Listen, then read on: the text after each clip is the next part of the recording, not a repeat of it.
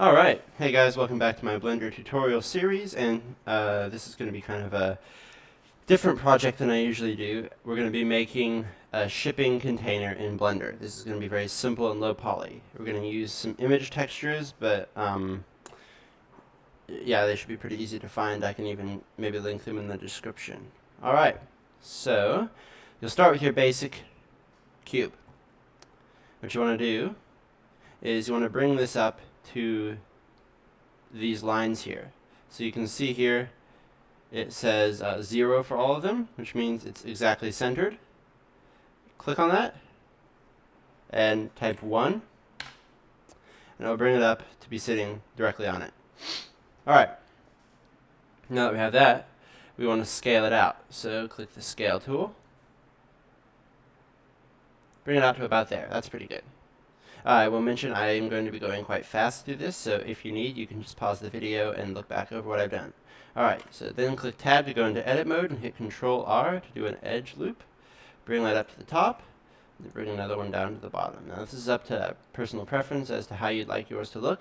Go into Faces Selection mode, and hold Shift down while you click all of these, and all of these on the top, and these are to make kind of the bits that stand out from the crate.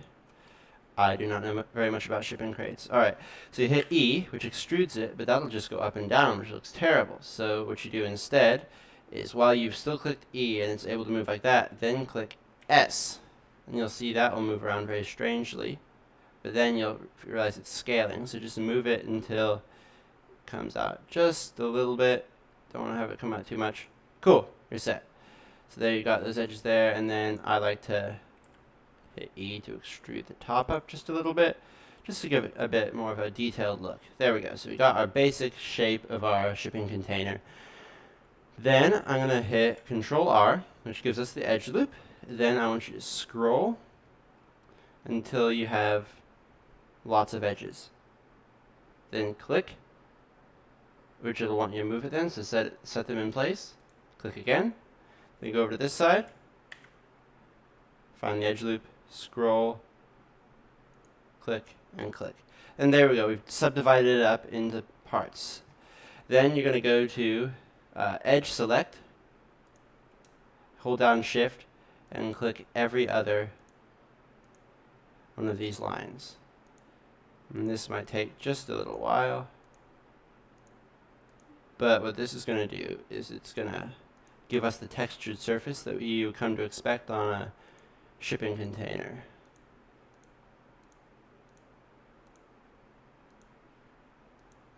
Make sure to hold Shift down through the entire thing so that you're not accidentally clicking out and losing all the selection you've already made, because that would be very annoying. Alright. And last side.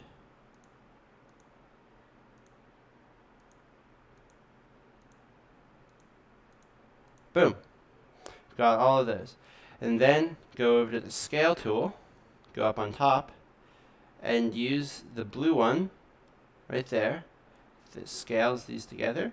Now you can do lots of fun stuff with that, but don't get distracted. Just move it in from the original place. Just move it in just a little bit so you have that texture there. Right. Now we have that texture that looks a lot like a shipping crate. So then pop back into object mode. Boom.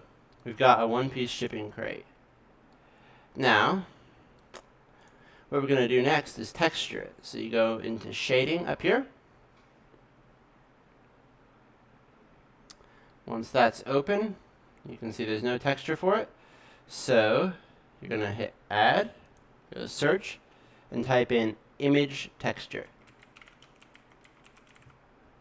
Click on that, and it'll hover, so you click where you want to place it. Drag color and connect it to base color. It'll turn black. Then click on image texture. Make sure only that is selected. Then hit Control T, which adds your texture mapping stuff, which will be really important later on. But for the moment, let's just get our image in. So I got this image right here, and I'm going to see if I can use this image to texture the crate. So I go to open, I navigate in my file explorer till I find the image. And boom, it's on. And it looks absolutely terrible. So, this is where we start using the mapping. Let me zoom this up a little bit so you guys can see exactly what I'm doing here, because this is really important. Alright, so I'm just going to start adjusting things to make this look better. First, I'm going to scale it. So I'm going to move this scale down, and you see it's going to go crazy, but eventually you're going to start to get some continuity there. Then scale it down in the other direction. Scale it till it looks good, basically. That looks pretty good. That looks very cool. Then, let's see, there's some writing on the crate, so we want that to look good. So what we'll do is, we'll go to rotation. Now this is, it's gonna go crazy here, because you gotta rotate it up to 90 degrees, and if you just want, you can click and type, well mine is -90, but you can type 90 degrees.